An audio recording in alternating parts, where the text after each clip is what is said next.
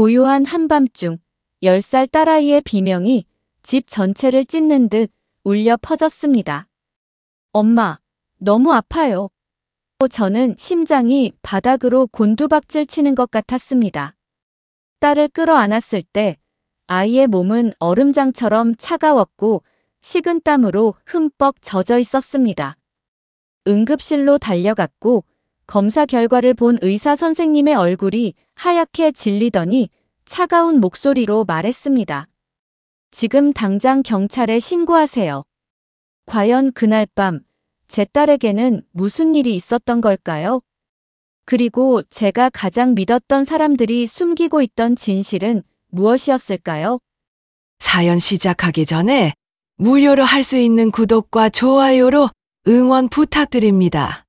은빛 사연을 찾아주신 감사한 모든 분들이 오늘 하루도 행복하시길 진심으로 바라겠습니다. 그날 밤 저는 직장에서 야근을 마치고 밤 10시가 넘어서야 집에 도착했습니다. 10살 딸 수민이는 이미 잠들어 있었고 시어머니께서 재워주셨다는 문자를 받았죠. 샤워를 마치고 막 침대에 누우려는데 옆방에서 딸아이의 비명이 들렸습니다. 엄마, 엄마! 저는 미친 듯이 달려갔습니다. 수민이는 침대에서 몸을 뒤틀며 괴로워하고 있었습니다. 아이의 얼굴은 새파랗게 질려 있었고 입술은 바싹 말라 갈라져 있었습니다. 수민아, 엄마야. 어디가 아파? 말해봐. 엄마. 숨이 안 쉬어져요. 저는 떨리는 손으로 119에 전화를 걸었습니다. 구급차를 기다리는 5분이 평생처럼 길게 느껴졌습니다. 아이는 제 품에서 가쁜 숨을 몰아쉬며 계속 중얼거렸습니다. 엄마, 너무 아파. 죽을 것 같아. 무서워. 그 말에 제 심장이 찢어지는 것 같았습니다. 응급실에 도착했을 때 당직 소아과 의사 선생님은 아이의 상태를 보더니 즉시 혈액 검사를 지시했습니다. 링거를 맞으며 조금 진정된 수민이는 제 손을 꽉 잡고 잠들었습니다. 1시간쯤 지났을까요? 의사 선생님이 심각한 표정으로 다가왔습니다. 보호자분, 잠깐 밖에서 말씀 좀 나눌까요? 복도로 나가자 선생님은 검사 결과지를 보여주며 말했습니다. 어머님, 아이 혈액에서 성인용 진통제 성분이 검출됐습니다. 그것도 단순히 한 번이 아니라 최소 일주일 이상 반복적으로 복용한 흔적이 보입니다. 네. 무슨 말씀이세요? 저희 집엔 그런 약이 없는데요. 그러면 더 문제입니다. 이 나이 아이가 스스로 약을 구해서 먹을 리는 없으니까요. 누군가 의도적으로. 의사 선생님의 말이 채 끝나기도 전에 제 머릿속이 하얗게 변했습니다. 선생님, 그럼 이건. 네. 경찰에 신고하셔야 합니다. 이건 명백한 아동 학대 사건일 가능성이 높습니다. 그 순간 제 다리에서 힘이 쭉 빠졌습니다. 복도 벽에 기대지 않았다면 그대로 주저앉았을 것입니다. 누가 제 딸에게 왜? 머릿속에서 지난 일주일이 빠르게 스쳐 지나갔습니다. 수민이는 최근 들어 자주 피곤해했습니다. 저녁밥도 잘 안 먹고 학교에서 돌아오면 바로 누워버렸습니다. 저는 단순히 환절기 감기려니 했습니다. 학교 공부가 힘들어서 그런가 보다 했습니다. 하지만 누군가 제 딸에게 약을 먹이고 있었다는 건가요? 어머님, 최근에 아이가 누구랑 자주 접촉했는지, 누가 음식이나 간식을 줬는지 기억나는 대로 말씀해 주세요. 저는 떨리는 목소리로 대답했습니다. 시어머니께서. 제가 야근할 때 자주 와서 저녁을 챙겨주셨어요. 그리고 방과 후 수업 선생님, 돌봄 선생님인 소연 씨가 있고요. 가끔 옆집 아줌마도 간식을 주긴 했는데 모두 조사 대상이 될 겁니다. 일단 오늘은 아이 상태를 지켜보고 내일 아침에 경찰이 오면 자세히 진술하세요. 저는 고개를 끄덕이고 병실로 돌아왔습니다. 잠든 딸의 얼굴을 보며 눈물이 멈추지 않았습니다. 누가 내 딸을 이렇게 만든 거지? 내가 믿었던 사람 중에 범인이 있다는 건가? 그날 밤, 저는 한숨도 자지 못했습니다. 다음 날 아침, 경찰이 왔습니다. 40대 중반쯤 되어 보이는 여성 형사였습니다. 김정아 씨 맞으시죠? 저는 여성 청소년과 이수진 형사입니다. 저는 떨리는 목소리로 지난 일주일간의 일들을 설명했습니다. 형사는 꼼꼼하게 메모하더니 물었습니다. 혹시 최근에 아이가 이상한 행동을 하거나 특정 사람을 무서워한 적은 없었나요? 저는 곰곰이 생각해 봤습니다. 그러고 보니 수민이는 최근 들어 시어머니가 오시는 날이면 유독 긴장하는 것 같았습니다. 그리고 방과 후 수업에서 돌아올 때면 항상 목을 만지작거렸습니다. 아, 그러고 보니 목을 자주 만졌어요. 목이 칼칼하다고 했는데 저는 감기 기운인 줄로만. 목 쪽에 증상이 집중됐다는 거군요. 진통제를 탄 음료를 마셨을 가능성이 높습니다. 형사는 병실을 한번 둘러보더니 말했습니다. 지금부터 아이와 접촉하는 모든 사람을 기록하세요. 그리고 누가 뭘 가져오든 절대 아이 입에 넣지 마세요. 우리가 조사할 테니까요. 형사가 나가고 저는 휴대폰을 꺼내 최근 통화 기록을 확인했습니다. 시어머니, 방과 후 돌봄 선생님 소연, 옆집 아줌마. 그때 휴대폰에 문자가 왔습니다. 모르는 번호였습니다. 더 파고들지 마세요. 아이만 다칩니다. 온몸에 소름이 돋았습니다. 범인이 저를 지켜보고 있다는 뜻이었습니다. 저는 황급히 형사에게 전화를 걸었습니다. 형사는 문자를 캡처해서 보내라고 했고 협박 문자도 증거가 된다고 했습니다. 점심 무렵 시어머니께서 병원에 오셨습니다. 손에는 미역국을 든 보온병이 들려 있었습니다. 정아야, 수민이 좀 어때? 내가 정성껏 끓여왔다. 애가 이것 먹으면 기운 날 거야. 저는 본능적으로 보온병을 받지 않았습니다. 어머니, 의사 선생님이 지금은 병원 음식만 먹으래요. 시어머니의 표정이 미묘하게 변했습니다. 뭐? 미역국 한 그릇도 안 된다고? 이게 무슨? 죄송해요, 어머니. 의사 선생님 지시예요. 시어머니는 더 이상 말씀하지 않으시고 의자에 앉아 수민이를 내려다보셨습니다. 그런데 그 눈빛이 어딘가 불편했습니다. 걱정보다는 뭔가를 감추려는 듯한. 정아야, 경찰이 왔다며. 무슨 일이야? 아이 혈액에서 약물이 나왔대요. 진통제요. 뭐? 우리 집에 그런 약 없는데? 애가 어디서 주워 먹었나? 시어머니의 반응이 너무 빨랐습니다. 마치 이미 알고 있었던 것처럼. 저는 시어머니를 뚫어지게 쳐다봤습니다. 어머니, 혹시 수민이한테 약 주신 적 있으세요? 내가 미쳤니? 내 손녀한테 왜 약을 줘? 하지만 시어머니의 목소리가 떨렸습니다. 그리고 시선을 피했습니다. 그 순간 제 머릿속에 퍼즐 조각 하나가 맞춰지는 것 같았습니다. 오후에 방과 후 돌봄 선생님 소연 씨가 병문안을 왔습니다. 손에는 과일 바구니를 들고 있었습니다. 어머니, 수민이 괜찮아요? 소연 선생님은 수민이를 보며 안타까운 표정을 지었습니다. 선생님, 혹시 수민이한테 최근에 뭐 주신 거 있으세요? 음료수나 간식 같은 거요. 소연 선생님은 잠시 머뭇거리더니 대답했습니다. 아, 지난주에 목 건강에 좋다는 허브차를 줬어요. 다른 아이들한테도 다 줬는데. 그게 무슨 차인데요? 엄마들 사이에서 유행하는 건데 목을 보호하고 면역력을 높여준대요. 한 학부모님이 추천해 주셔서. 누가요? 소연 선생님은 잠시 생각하더니 말했습니다. 수민이 할머니. 아, 시어머님이세요? 제 심장이 덜컥 내려앉았습니다. 저는 즉시 형사에게 전화를 걸었습니다.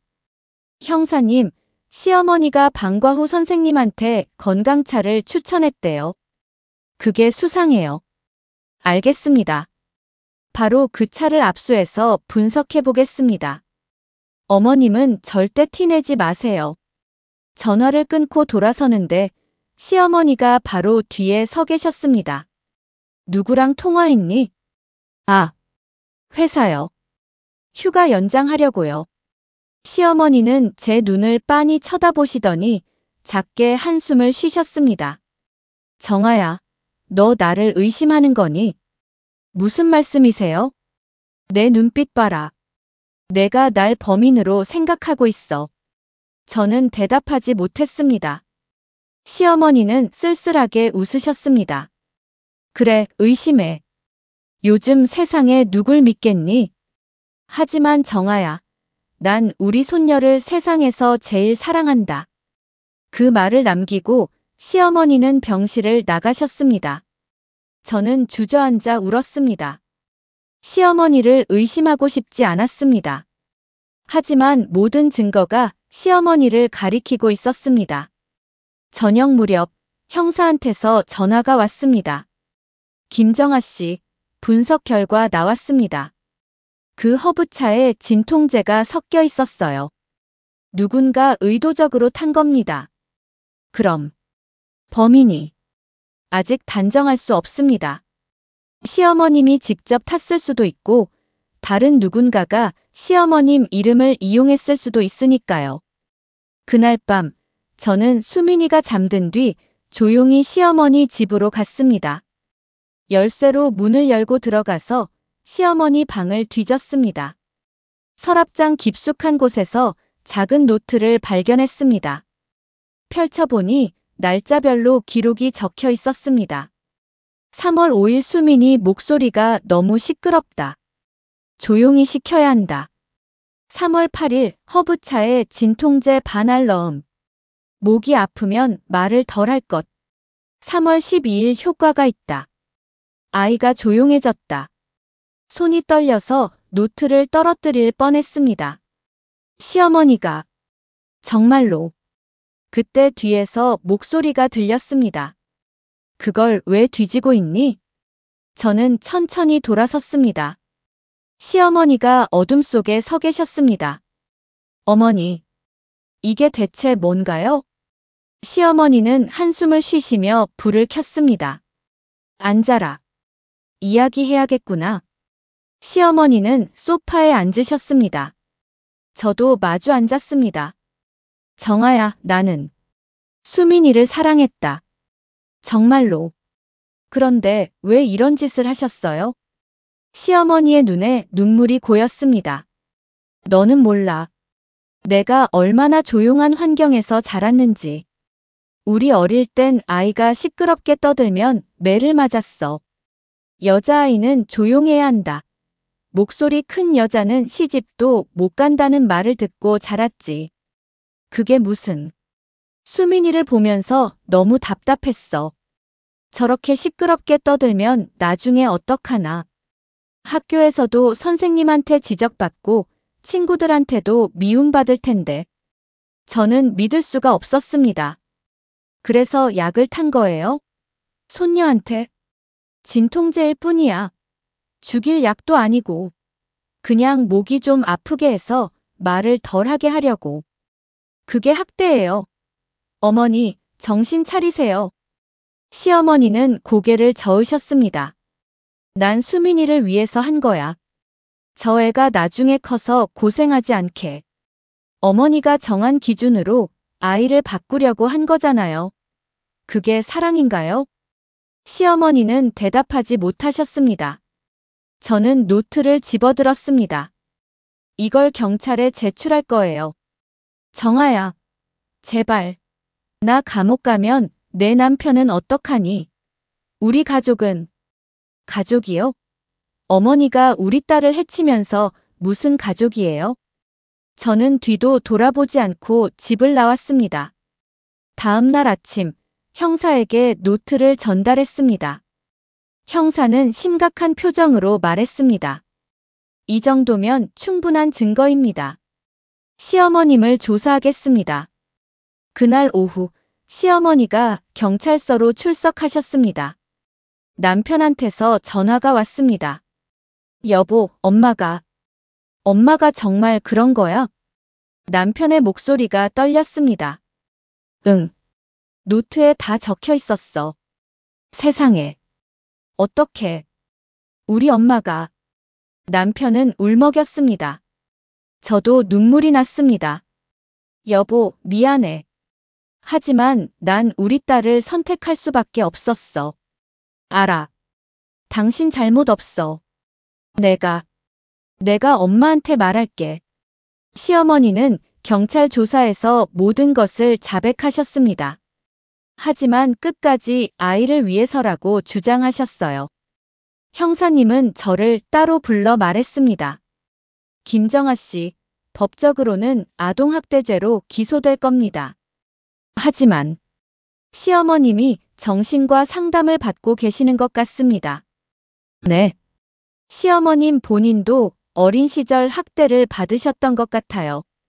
그게 대물림된 거죠. 물론 그게 변명이 될 순 없지만 저는 복잡한 심정이었습니다. 시어머니를 미워해야 할지 동정해야 할지 알 수 없었습니다.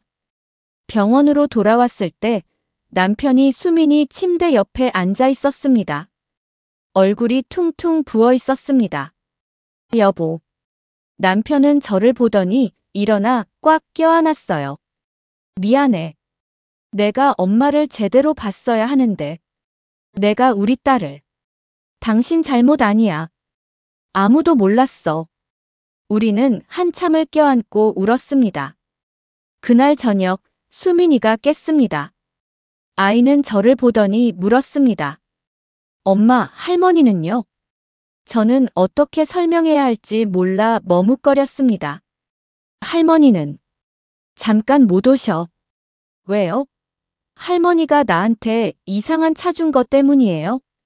저는 깜짝 놀랐습니다. 수민아, 그거 알고 있었어? 네. 그 차 마시면 목이 아팠어요. 그런데 할머니가 목 건강에 좋다고 해서 계속 마셨어요. 할머니 기분 나쁘실까봐. 제 심장이 찢어지는 것 같았습니다. 수민아, 엄마가 미안해. 엄마가 몰라서. 수민이는 제 손을 잡았습니다. 엄마 그냥. 할머니가 잘못 생각하신 거죠? 10살 아이의 입에서 나온 말이 저를 더 울렸습니다. 한 달이 지났습니다. 수민이는 완전히 회복했고 학교에도 다시 다니기 시작했습니다. 시어머니는 집행유예를 받으셨습니다. 법원은 뒤틀린 애정과 본인도 피해자였던 과거를 참작했다고 했습니다. 시어머니는 정신과 상담을 받기로 했고 당분간 수민이와는 만나지 않기로 했습니다. 어느 날 시어머니한테서 편지가 왔습니다. 정아야, 수민아, 매일매일 후회하며 살고 있다. 내가 얼마나 잘못된 생각을 하고 있었는지 이제야 깨달았다. 수민이가 시끄러운 게 아니라 내가 조용함을 강요받으며 자라서 그게 정상인 줄 알았던 거구나. 용서를 바라지 않는다. 다만 수민이가 자기 목소리로 당당하게 살아가길 바란다. 사랑한다. 저는 편지를 읽고 또 울었습니다. 남편과 상의한 끝에 우리는 시어머니를 조금씩 만나기로 했습니다. 단 전문가 입회 하에서만. 첫 만남 날 시어머니는 수민이를 꼭 안아주셨어요. 수민아, 할머니가 정말 미안하다. 수민이는 잠시 망설이다가 시어머니 손을 잡았습니다. 할머니, 저 할머니 목소리 듣고 싶어요. 할머니도 조용히 하지 마세요. 그 말에 시어머니는 울음을 터뜨리셨습니다. 2달이 흘렀습니다.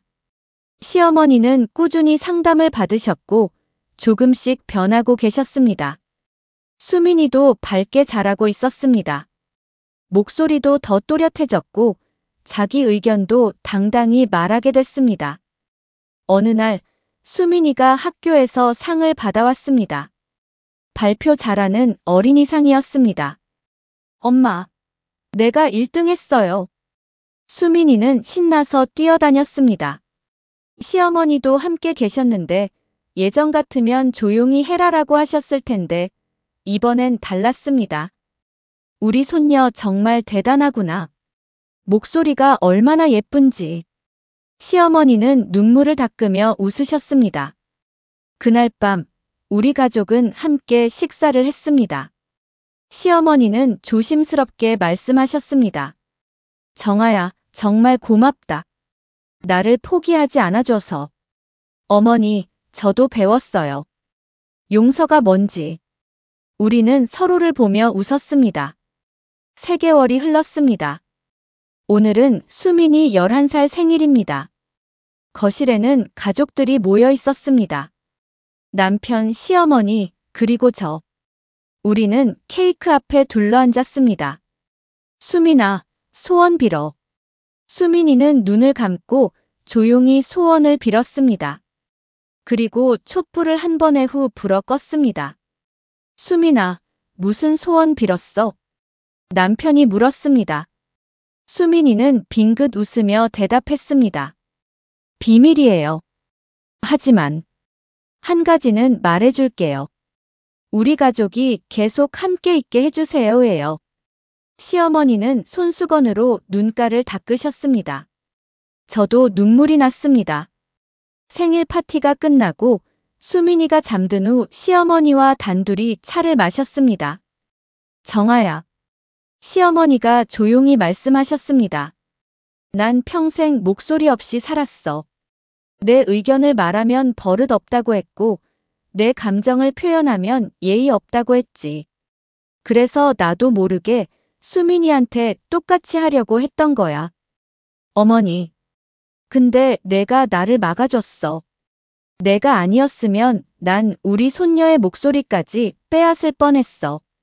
정말 고맙다. 저는 시어머니의 손을 잡았습니다. 그 손은 주름지고 거칠었지만 따뜻했습니다. 어머니도 이제 목소리 내세요. 어머니의 이야기도 들려주세요. 저희가 들을게요. 시어머니는 고개를 끄덕이시며 한참을 우셨습니다. 그날 밤 시어머니는 처음으로 당신의 어린 시절 이야기를 들려주셨습니다. 엄한 아버지 밑에서 숨죽이며 자랐던 이야기, 자기 꿈을 한 번도 말해본 적 없었던 이야기, 결혼해서도 시댁에서 조용히 살아야 했던 이야기. 그래서 난 조용한 게 미덕이라고 배웠어. 그게 여자가 사랑받는 방법이라고 믿었지. 하지만 틀렸더구나.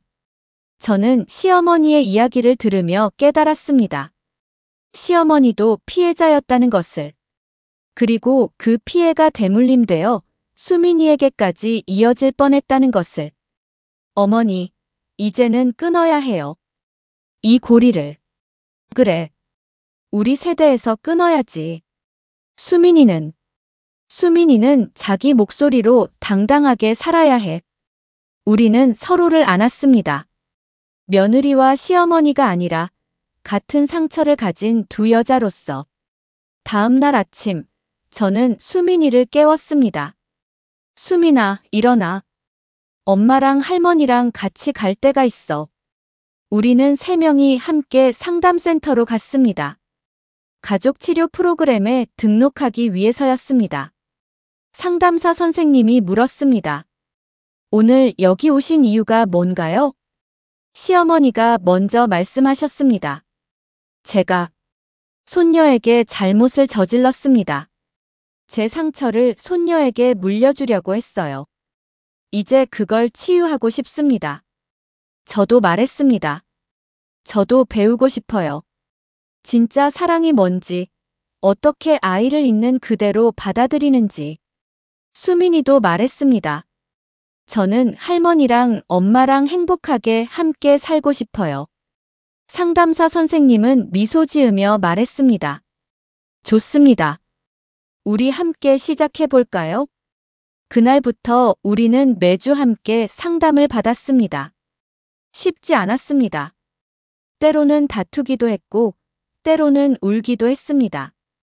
하지만 조금씩, 아주 조금씩 변해갔습니다.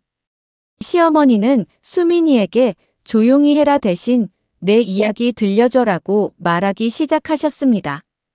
저는 시어머니께 어머니는 어떻게 생각하세요? 라고 물어보기 시작했습니다. 그리고 수민이는 그 누구보다 밝고 당당하게 자랐습니다. 어느 날 수민이가 학교에서 작문 숙제를 해왔습니다. 제목은 우리 가족이었습니다. 우리 가족은 완벽하지 않아요. 할머니는 한때 저를 아프게 했어요. 하지만 할머니도 아픈 사람이었어요. 엄마가 할머니를 용서하는 걸 보면서 저도 배웠어요. 사람은 실수할 수 있지만 다시 시작할 수도 있다는 걸요. 지금 우리 가족은 서로의 목소리를 들어줘요. 저는 그게 제일 좋아요. 저는 장문을 읽으며 눈물을 흘렸습니다. 시어머니도 남편도 함께 울었습니다. 수민아, 엄마도 너한테 배운다. 용서가 뭔지, 사랑이 뭔지. 수민이는 제 품에 안기며 말했습니다. 엄마, 저 이제 목 안 아파요. 할머니 차도 안 무서워요. 왜냐면 할머니가 이제 사랑하는 차만 주시거든요. 시어머니는 수민이를 안아주시며 말씀하셨습니다. 그래, 우리 손녀. 할머니가 이제 제대로 사랑하는 법을 배웠단다. 그날 밤, 저는 일기를 썼습니다. 6개월 전, 나는 내 딸의 목소리 없는 비명을 듣지 못했다. 아이는 아프다고 말하고 있었는데 나는 듣지 못했다. 시어머니도 평생 목소리 없이 살아오셨다. 그래서 수민이의 목소리마저 빼앗으려 했던 것이다. 하지만 우리는 이제 안다. 목소리는 빼앗는 게 아니라 키워줘야 한다는 것을. 사랑은 통제가 아니라 존중이라는 것을. 수민아, 엄마는 내 목소리가 세상에서 제일 아름답단다. 크게 웃어도 좋고 크게 울어도 좋아. 내 감정을, 내 생각을, 내 꿈을 마음껏 말해. 엄마가, 할머니가, 아빠가 다 들어줄게. 그리고 어머니의 목소리도 이제 들려주세요. 어머니의 아픔도, 어머니의 꿈도. 우리가 함께 들을게요. 우리는 이제 목소리 있는 가족입니다. 여기까지가 제 이야기입니다. 저는 이 사건을 통해 배웠습니다. 사랑한다는 이유로 누군가를 바꾸려 하면 그건 사랑이 아니라 폭력이 된다는 것을. 조용함을 강요받으며 자란 세대가 있고 그 상처가 대물림된다는 것을. 하지만 우리가 용기 내어 목소리를 내면 그 고리를 끊을 수 있다는 것을. 혹시 지금 이 이야기를 들으시는 분 중에 평생 목소리를 내지 못하고 사신 분이 계신가요? 이제는 말씀하셔도 됩니다. 늦지 않았습니다. 혹시 지금 가족 중 누군가가 잘못된 방식으로 사랑하고 있다면 용기 내어 말해주세요. 그건 사랑이 아니에요라고. 우리 모두에게는 목소리가 있습니다. 그 목소리를 서로 들어주는 것. 그게 진짜 가족이 아닐까요? 그리고 서로의 목소리를 존중하는 사랑이 가득하시길 진심으로 기도합니다. 여러분의 이야기도 댓글로 들려주세요. 감사합니다.